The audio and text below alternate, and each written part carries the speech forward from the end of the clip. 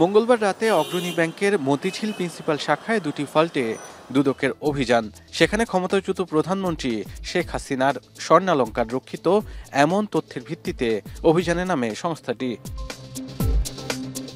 সম্প্রতি শেখ হাসিনার অবৈধ সম্পদের খোঁজে ভল্টগুলো খুলতে আদালত থেকে অনুমতি নেয় দুদক। অভিযানে দুদক সহ রাষ্ট্রীয় বিভিন্ন সংস্থা কাজ করে। বুধবার দুপুরে এক সংবাদ সম্মেলনে দুদক মহাপরিচালক জানান, অভিযানে দুটি ভল্ট থেকে হাসিনার 832 ভরি স্বর্ণ উদ্ধার করা হয়েছে। তবে পূবালী ব্যাংকের ভল্টে তেমন কিছুই মেলেনি।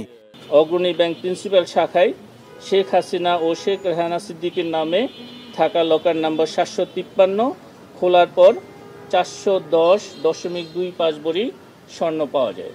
মোট দুটি লকারে, অগ্রণী ব্যাংকের দুটি লকারে 832.51 ভরি স্বর্ণালংকার পাওয়া যায়। ভল্টে থাকা নথি থেকে শেখ হাসিনা ছাড়াও শেখ রেহানা ও সাইমা ওয়াজেদ পুতুলের স্বর্ণালংকার রয়েছে বলে তথ্য পেয়েছে দুদক। এই স্বর্ণের বৈধতা খতিয়ে দেখতে কাজ শুরু করেছে দুদক। আমরা তার দাখিলকৃত সম্পদ বিবরণী যাচাই করছি। তো সম্পদ বিবরণী তিনি তার স্থাবর অস্থাবর সম্পদের বিস্তারিত বিবরণ দিয়েছেন। সেই সম্পদ বিবরণীতে এই স্বর্ণালংকার আছে কি নাই সেটা আমরা দেখব। যদি সেই বিবরণীর বাইরে তার নামে সম্পদ পাওয়া যায়, আপনারা বুঝতে পারছেন যে সেটা তার জ্ঞাত আয়ের উৎস বহির্ভূত সম্পদ হিসাবে সেটা বিবেচিত হবে।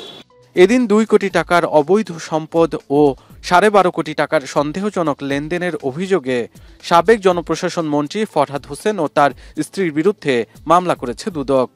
অস্বাভাবিক এবং সন্দেহজনক লেনদেন করার অপরাধ অনুসন্ধানকালে প্রমাণিত হয়েছে। শাহাদাত অভ্র, এখন ঢাকা।